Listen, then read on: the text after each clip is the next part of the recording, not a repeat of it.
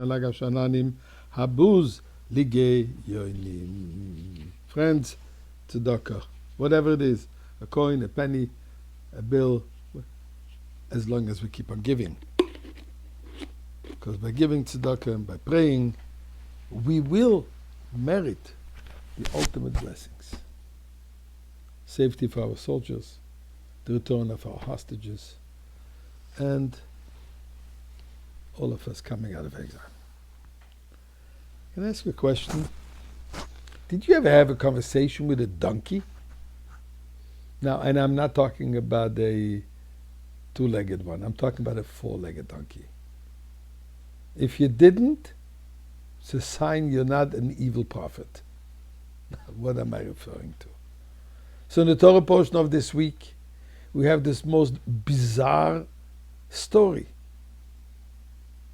Bilam, the world's greatest prophet after Moses, after Moshe Rabbeinu, is commissioned, I should say, by Balak to come and curse the Jews. Bilam is asking permission from God, and God says no. He's insisting, and then God says, go, but remember, you will only be able to say what I tell you to. On his way, riding his donkey is crouching on his leg. He hits him, and the donkey complains forcefully, verbally. And the donkey asks him, why are you hitting me? And he has to respond to the donkey and says, because you're hurting my foot.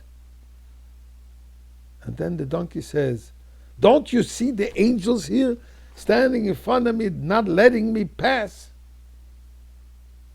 Oh, I'm sorry, my dear donkey, I didn't see it. What's the story? Why is the Torah telling us this story? And what is the message to Bilam? So first of all, where does this very vocal donkey come from? So we learn in the ethics, in the Pirkei Avot, 5th chapter, in the ethics of the fathers, in the 6th Mishnah of the 5th chapter, there it says the following: 10 things were created on the eve of Shabbat at twilight. Twilight, which is called Ben Hashmashot in Hebrew, is a halachic, a Torah legal term for a time period that marks the transition from day to night, from one calendar day to the next day. And this is from sunset to nightfall. So 10 things were created at that time. And the Mishnah lists them, and I'll go through them quickly. The mouth of the earth, the swallowed Korach. The mouth of the well, the water that came forth because of the merit of Miriam in the desert. The donkey we're talking about now, the mouth of the donkey. The rainbow, the manna that they ate in the desert. The staff of Moses.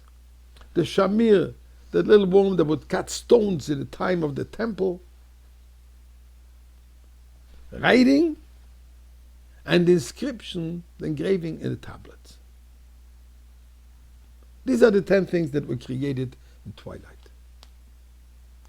Now, the twilight time represents that moment which is between day and night.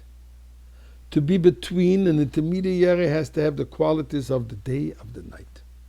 This was created, as we just said, Friday and twilight. In other words, it has the qualities of the weekdays of the whole week, transitioning into Shabbat. So that's a time that possesses both aspects.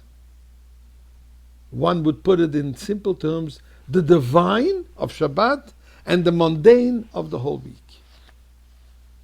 Bilam prided himself in 2 things. As a prophet, he has a clairvoyance, he has prophetic vision, and the power of his speech, for which Balak commissioned him to come and curse. His words were very powerful.